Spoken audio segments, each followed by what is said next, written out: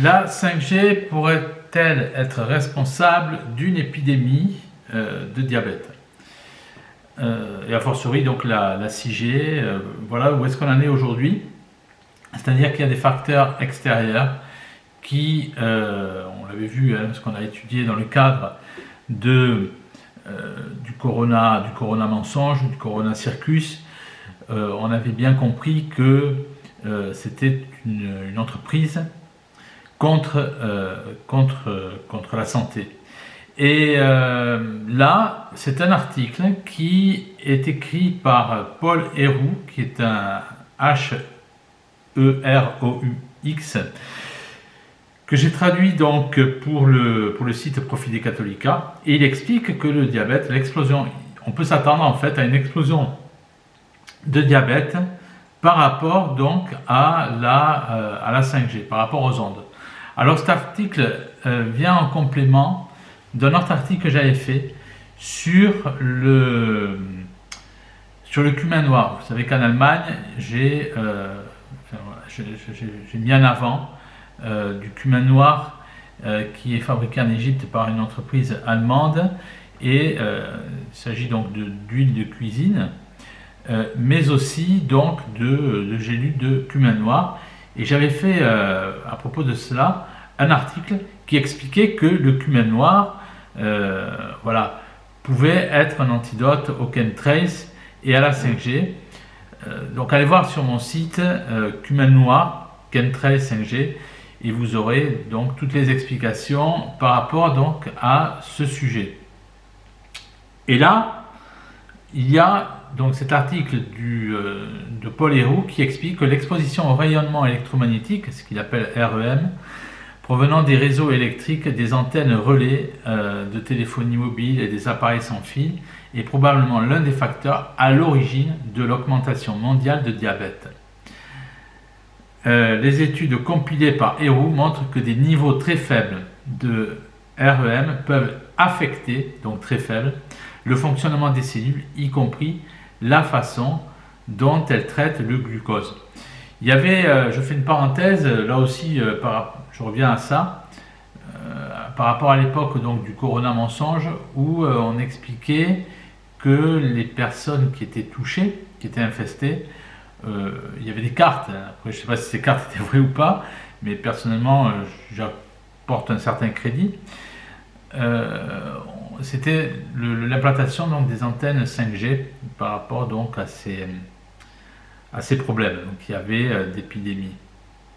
Et là, ça a l'air d'aller dans ce sens, c'est-à-dire qu'on pourrait penser qu'à travers les rayonnements, on peut créer non seulement une maladie, mais des maladies. Voilà. Et c'est en cela que cet article est complètement intéressant. Alors toujours pareil, à la fin, je vais vous expliquer moi comment je vois les choses. Le rayonnement électromagnétique est probablement l'un des facteurs à l'origine de l'augmentation mondiale du diabète, selon un rapport de Paul Héroux. Voilà. Ce rapport comprend plus de 280 références.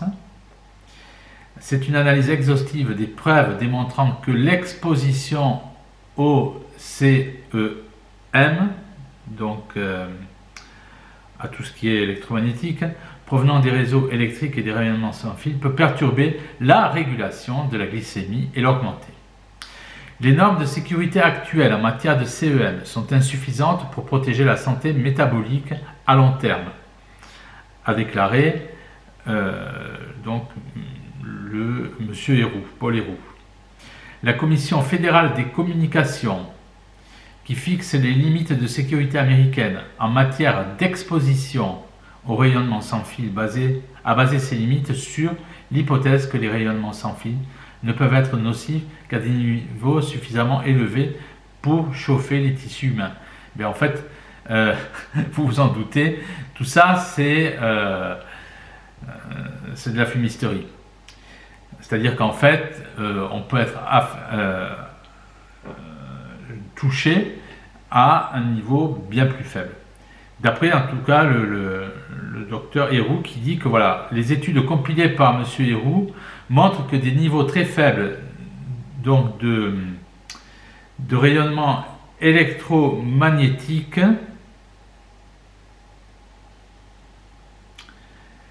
peuvent affecter le fonctionnement des cellules, y compris la façon dont elles traitent le glucose. Alors voilà, c'est une autre interprétation, bien entendu, qui n'est pas du tout rassurante, mais qui, à mon sens, n'est certainement pas plus mensongère, cela va sans dire. Le diabète survient lorsque le taux de glycémie d'une personne est trop élevé, donc selon le Cleveland Clinic. En 2023, selon les Centres pour le contrôle et la prévention des maladies, le CDC, 364 000 enfants et adolescents aux États-Unis souffraient de diabète. Bien que des chiffres plus récents ne soient pas disponibles, les CDC ont signalé en 2024 une augmentation du nombre de jeunes atteints de diabète de type 1 ou de type 2. En 2023, l'American Academy of Pediatrics, AAP, a publié de nouvelles directives cliniques recommandant les médicaments et les opérations de perte de poids comme traitement sûr et efficace contre l'obésité infantile. La même année, donc, la célèbre Food and Drugs Administration, FDA, américaine, a approuvé 2 médicaments pour le traitement du diabète de type 2 chez les enfants âgés de 10 ans et plus.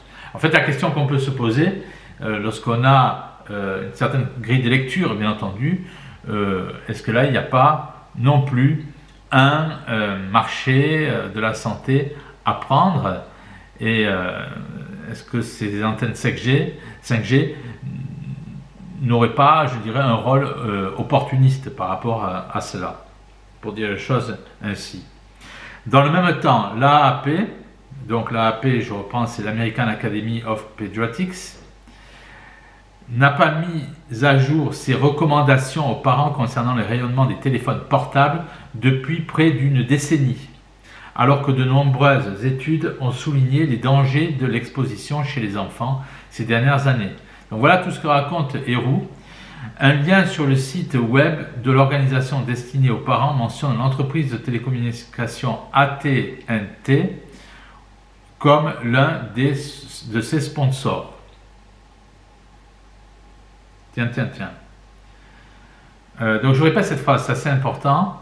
De nombreuses études ont souligné les dangers de l'exposition chez les enfants ces dernières années.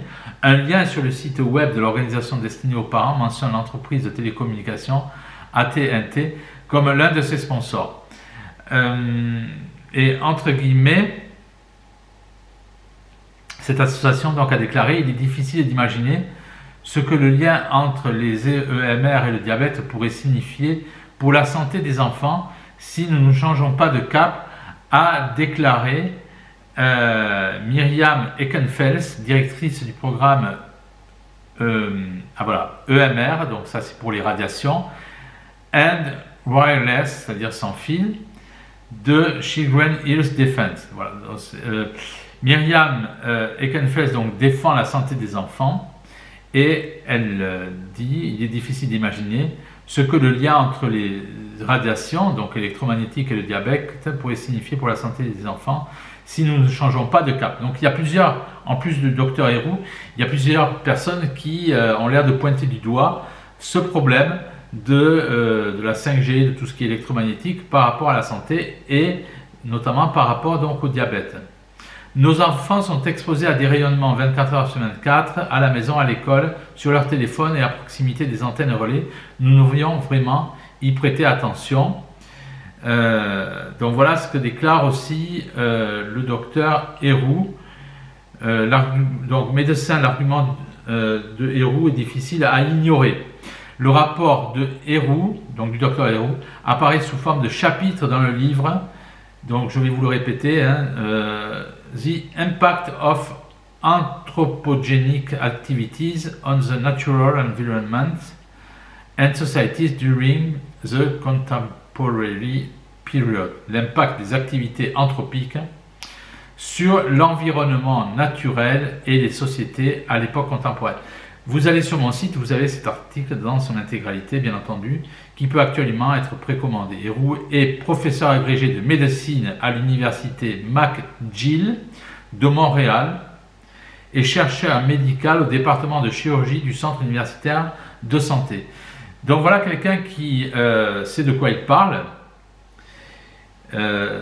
et qui pointe véritablement, qui met en exergue le danger de ces ondes électromagnétiques par rapport à la 5G. Et je le répète, on pourrait penser, alors moi toujours pareil, c'est-à-dire que je traduis des articles qui me semblent intéressants, mais je ne connais rien à la médecine, mais j'avais lu des éléments il y a quelques années par rapport à la 5G, parce que c'était vraiment au cœur de tous ces problèmes qu'on nous exposait concernant le corona mensonge, et j'étais sur l'analyse du fait, si je puis dire, que la 5G aurait peut-être, j'avais synthétisé un peu les choses comme ça, cette possibilité d'ouvrir les cellules, et pourquoi pas pour les polluer. Donc si voilà, c'est la réflexion que j'avais. Donc si on en est là avec la 5G, la 6G bien entendu, n'en parlons pas. Donc voilà, en tout cas ce qu'affirme le docteur Héroux, vous allez voir sur mon site, il y a toute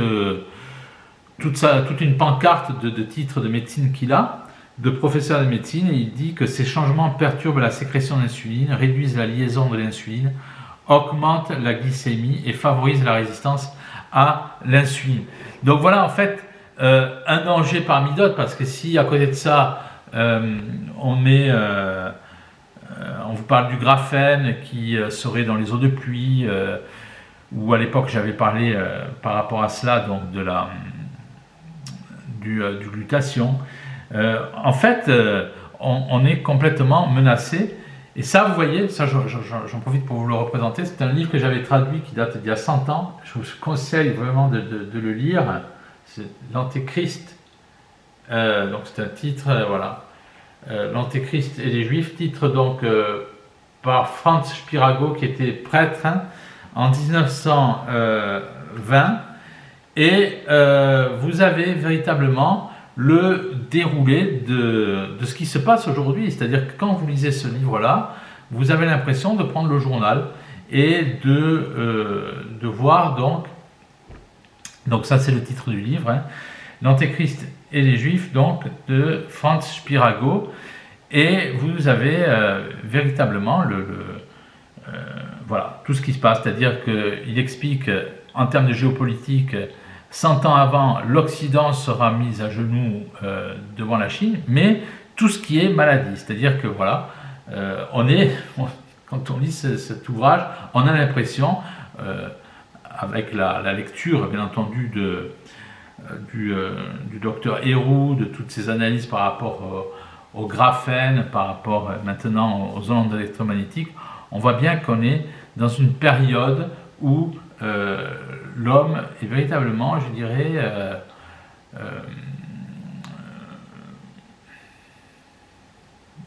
au centre des visées d'une certaine élite, pour dire les choses ainsi, et surtout sa santé.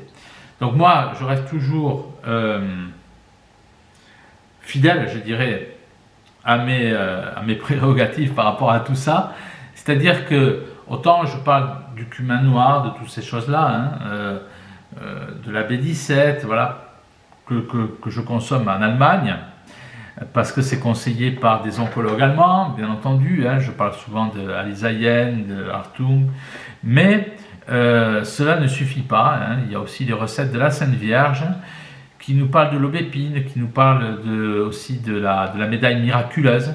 Chaque fois je reviens aux mêmes éléments. La Sainte Vierge, donc, lorsqu'elle a révélé la médaille miraculeuse à Catherine Labouré, son corps est complètement intact, au même titre que toutes les personnes à qui la Sainte Vierge est apparue. Et donc la Sainte Vierge dit, pour purifier l'eau, il faut mettre la médaille miraculeuse, faire bouillir l'eau et mettre une médaille miraculeuse donc dans la casserole, ou, voilà, sur le contenant qui fait bouillir l'eau.